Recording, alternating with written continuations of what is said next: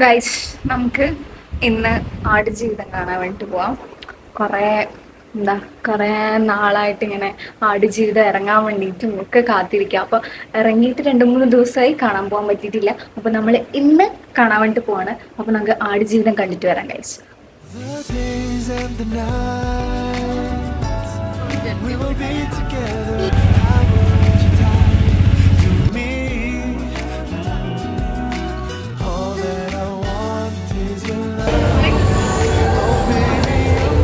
ഞാന് അവിടെ പോകുമ്പോ പറയൂല, അങ്ങനെ എന്റെ സീക്രട്സ് ഒന്നും യൂട്യൂബിൽ റിവീൽ ചെയ്യരുത്.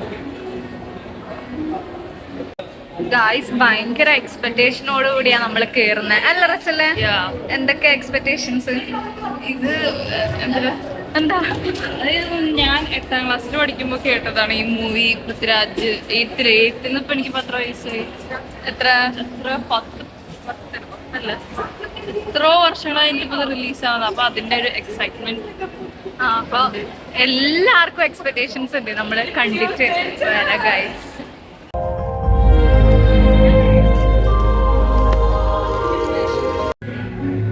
ഗൈസ്, ബ്രേക്ക് ആയി ഗൈസ്.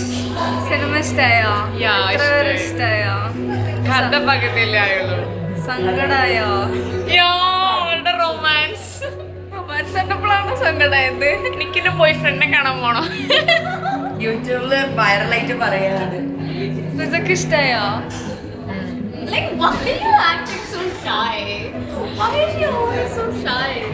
ഇവരൊക്കെ ഇഷ്ടായോ? എനിക്ക് ഭയങ്കര സങ്കടായി ഗൈസ്.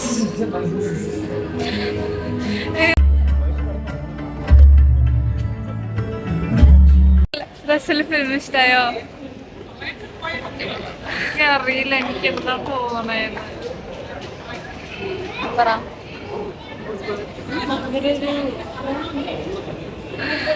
അവസാന സൗദി കണ്ടില്ലേ ഞാൻ? സൗദിനെ അപ്പൊ എനിക്ക് മനസ്സിലായി ദൈവമുണ്ട് ലോകത്ത്, ആരൊക്കെയുണ്ട്. എന്താ ഫിസ വരെ പറയുന്നു സിനിമയിലാണ്. ശരിക്കും സിനിമ ഒരു രക്ഷയില്ല. അയ്യോ, ഞാൻ എന്തൊക്കെ പറയണ്ട അറിയില്ല. കരഞ്ഞു ഫിസ. എനിക്ക് ഫസ്റ്റ് ഹാഫിൽ ശരിക്കും എന്നെ കരയിപ്പിച്ചു. സെക്കൻഡ് ഹാഫ് എനിക്ക് ഫസ്റ്റ് ഹാഫില് ഓന് ഉമ്മാന്ന് വിളിച്ച കാര്യം. എന്റെ പൊന്നോ, ഇത് പൃഥ്വിരാജിനെ സമ്മതിക്കണല്ലേ. എന്താ പറയണ്ടേ? അയ്യോ, അവരുടെ 16 വർഷാണ് നമ്മുടെ മുന്നിൽ അവര് കൊണ്ടുവന്ന ഒരു 3 hours. അതൊന്നും വിശ്വസിക്കാണ്ട് അത്രക്കും. അയ്യോ, അടിപൊളി മൂവിയാ. എല്ലാരും പോയി കാണേണ്ട ഒരു മൂവി, തിയേറ്ററിന് കാണേണ്ട മൂവി. ഞാൻ നേരത്തെ പറഞ്ഞ പോലെ ഭയങ്കര എക്സ്പെക്ടേഷൻസ് കൂടിയാ വന്നത്. റിഗ്രറ്റ് അല്ല, ശരിക്കും നല്ല മൂവി. കണ്ടിറങ്ങി കഴിഞ്ഞിട്ടും നമ്മള് ആ മരുഭൂമിയിൽ ഇങ്ങനെ ജീവിക്കുന്നതൊക്കെ പോലെ. പിന്നെ അതില്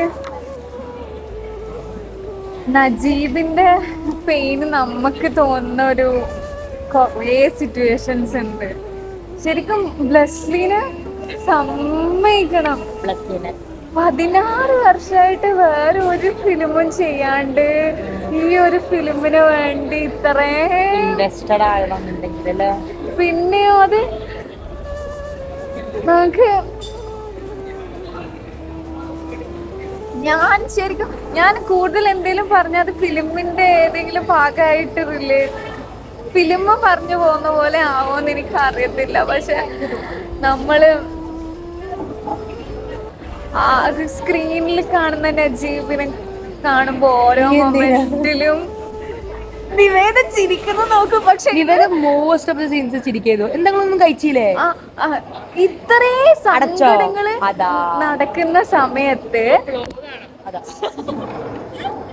ചുറ്റും ഇരുന്ന് ചിരിക്കാൻ നിങ്ങൾക്ക് മാത്രമേ കഴിയുള്ളൂ. ശരിക്കും അടിപൊളി മൂവിയാ. ഒരു വീഡിയോ ഉണ്ട്, അവനിങ്ങനെ പറയുന്നത് ആ മൂടി വെച്ച് അവിടെ വെച്ചിട്ട് വീഴും. ആ സൗണ്ടേ മാറി.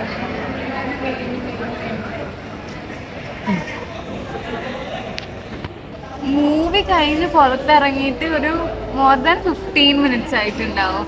എന്നാലും നമ്മൾ ഓരോരാളും സംസാരിക്കുന്നത് അതിലെ ഓരോ ഫിലിം മൊമെന്റ്സിനെ കുറിച്ചാണ്. ശരിക്കും എനിക്ക് തോന്നില്ല 2-3 ദിവസം കഴിഞ്ഞാണ് ഈ മൂവിന്ന് പുറത്ത് വരുന്നത്. അയ്യോ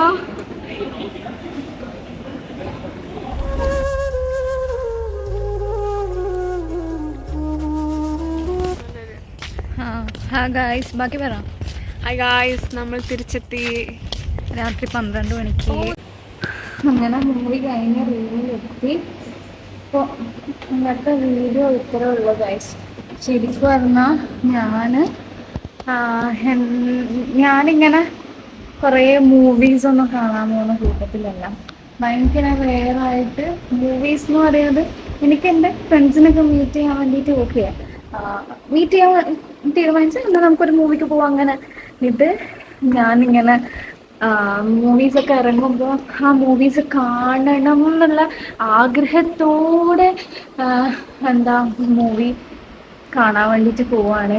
ഈ ഒരു 2-3 മാസമായിട്ട് ശരിക്കും അന്വേഷിക്കും കണ്ടെത്തും. ബ്രഹ്മയുഗം, പ്രേമലോ, പിന്നെ മഞ്ഞുമൽ ബോയ്സ്, ഇപ്പോൾ ഇതാ ആടുജീവിതം. ശരിക്കും മലയാളം മൂവി ഇൻഡസ്ട്രി ആണല്ലോ ഇങ്ങനെ വളരുന്നതെന്നല്ല ആലോചിക്കുമ്പോൾ രസമല്ലോ, ഭയങ്കരമായിട്ട് പ്രൗഡൊക്കെ തോന്നുക. നമ്മളെല്ലാ മലയാളികളുടെ അവസ്ഥ ഇപ്പോൾ എങ്ങനെയായിരിക്കും.